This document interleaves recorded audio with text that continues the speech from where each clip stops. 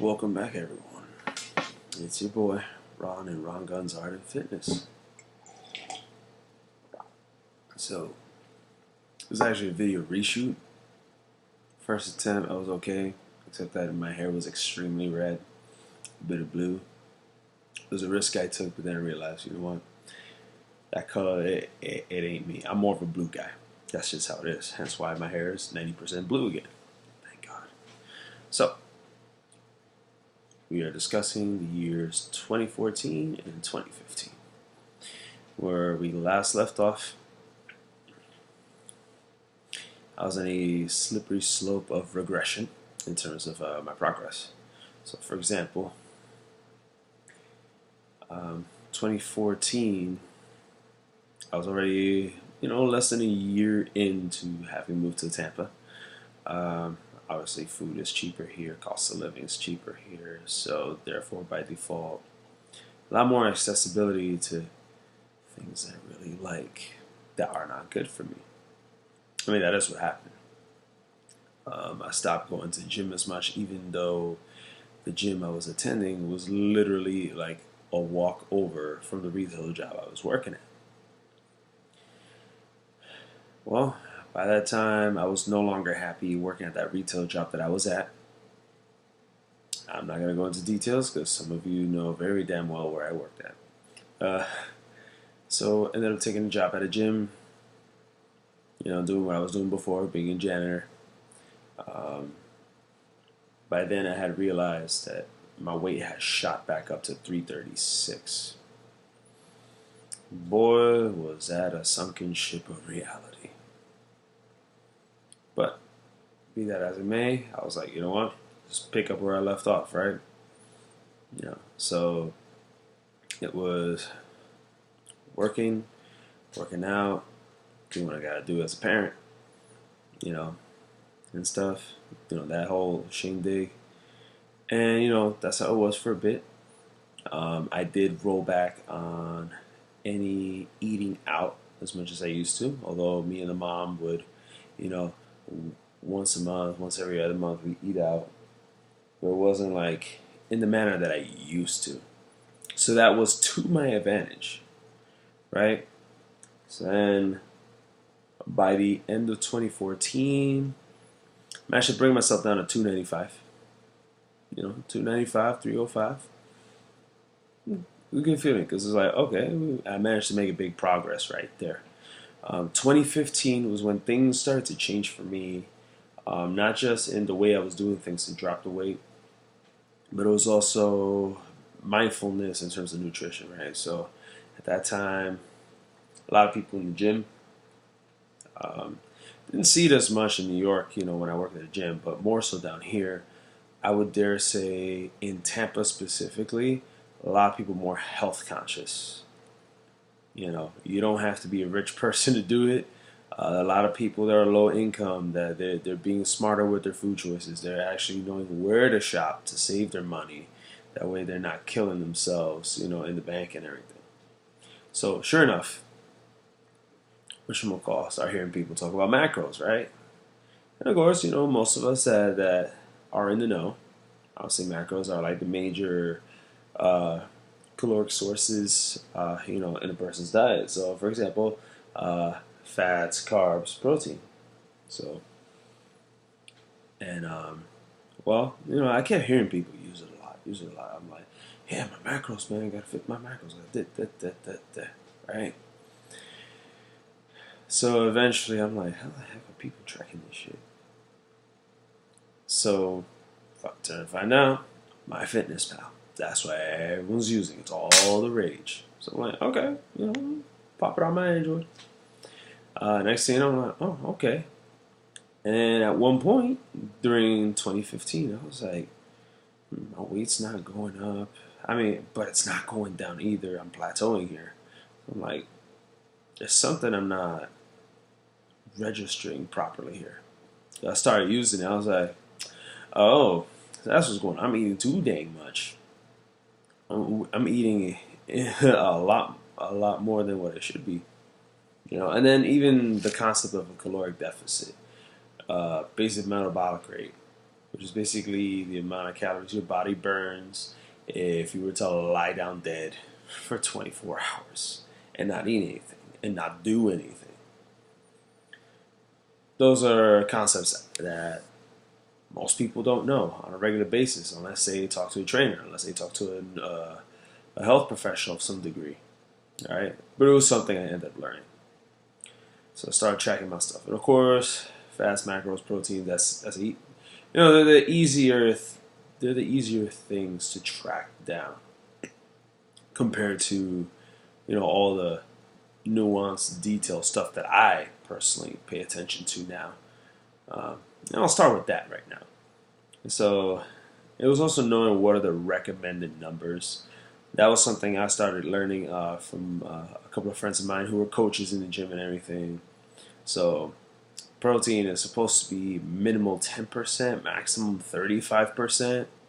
30 being the recommended limit. Reason being, after 30%, you're really putting some work into your kidneys. And if you care about taking care of yourself, you don't want to overwork your kidneys. That's not cute. Fat recommended minimum about 20%, 35 being the max, and out of that, no more than 10% should be saturated fat. Let that sink in for a second, and when you really think about it, you understand why that number makes sense, and compared to what's trending the last couple of years. And then carbs, 45 to 65%. So that one really caught my attention. But with that, it's usually recommended to be mostly complex carbs, meaning fiber-rich foods, very micronutrient foods. I'm not going to go further into that, just making those three major points. So start tracking that. I was like, okay, I'm eating too much here, I'm eating too much there, there's way too much of this. Start also noticing little things like too much sodium, which I already know high blood pressure runs in both sides of my family. And, recommended is 2,300 milligrams a day. But if you have heart issues, 1,500. Right? And potassium is supposed to be 3,700. Maximum recommended. And the reason being, water balance between sodium and potassium with the electrolytes and everything. Fine. So by then, 2015 started moving around. My food choices started getting better. At this point, still omnivorous, It's just that pork was no longer in the equation. Beef was on the much leaner end of things. There are a lot more vegetables involved, so you definitely saw more kale in my diet, more spinach in my diet, sweet potato, eggplant. When it came to dairy, don't get me wrong, I liked my dairy, but I just was never heavy on it. You know what I mean? The reason I say that is because as a kid, I avoided vegetables like the plague. Now, I ate them all the time. And then even back then, I started to actually pay more mind to that, pay more attention to that. I also avoided putting a lot of excessive seasoning. When it came to rice, I didn't cook it too much, but when I did, I usually preferred brown because of the fiber. Came to pasta, I would always buy whole wheat pasta all day. Reason being, more fiber. That's all I thought about, And then before you know it, by the time 2015 was done, I was already in the 240s. I was at least 247, 245. Due to a job that I ended up temporarily taking up, with truck deliveries and stuff like that, being a truck helper and everything. I did end up needing to bulk up to 252. But at least it was mindful and deliberate, man, because it was like, okay, I do need to gain some mass. I need to get some more energy in my system. Because we're talking about 300-pound fridges, really heavy washing machines. So we're not talking about lifting little things in there. We're talking about some heavy duty stuff, and we were going through Sarasota, we were going through Brooksville, we were going to St. Pete, Clearwater, South Tampa, Carrollwood, even around here, over in Seminole Heights. You know what I mean?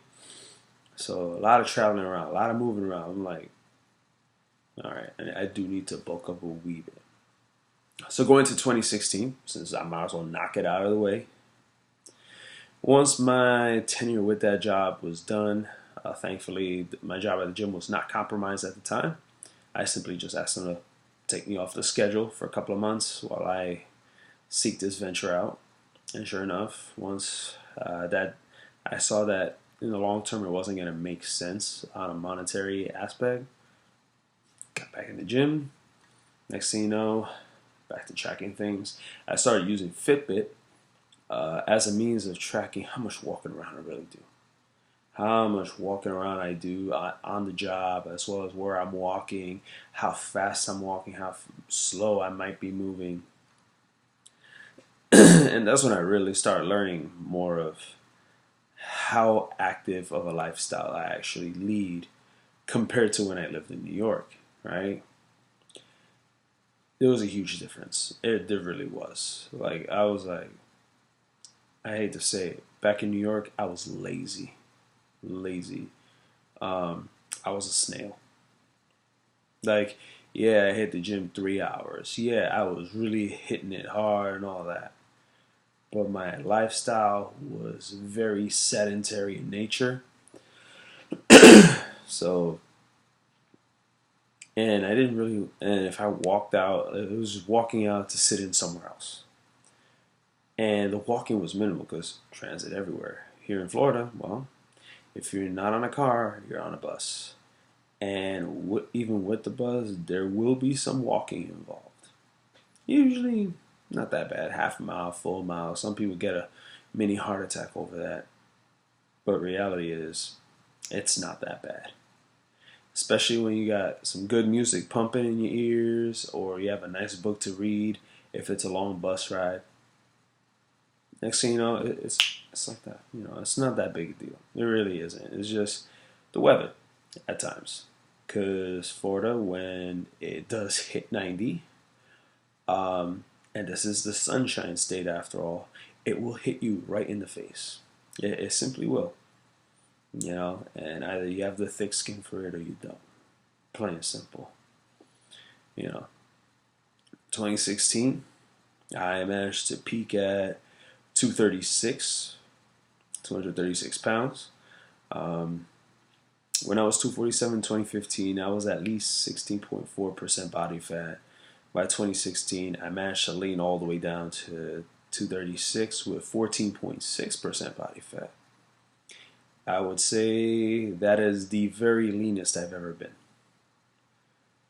at that point so far. And to be honest, again, at that point, I was barely eating outside. Most of the food I ate was here at home.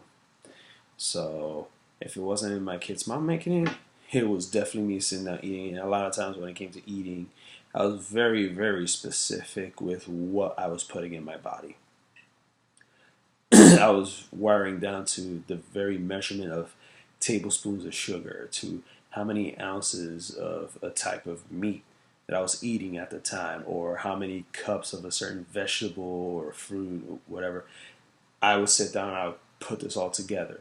And sometimes I made some weird sandwiches in the process just to fit my macros. So yes, if you need to know, I was on a if it fits your macros type of diet. Mango heard it first. Of course, there were certain life incidences that ended up happening along the way. And well, by the end of 2016, I ended up gaining some weight. I ended up dropping, no, not dropping. I ended up bloating back up to the late 250s, right? Late 250s to 260s even. By then, I believe my body fat was like 24%. I was not hitting the gym as much. I ended up losing my job at that time. Ended up picking up another job at a convenience store, and it wasn't good. I found myself working in an environment that had everything that was bad for me staring me in the face. So 2014, I was getting my act together. 2015, it was much better. 2016, all the way up to July, I peaked. And then by the summer, I just started dipping. So yeah, that's exactly how this video is ending. So yeah, no, it's a tough pill to swallow. Don't worry, look at Sonic. He's in the dark sunken place.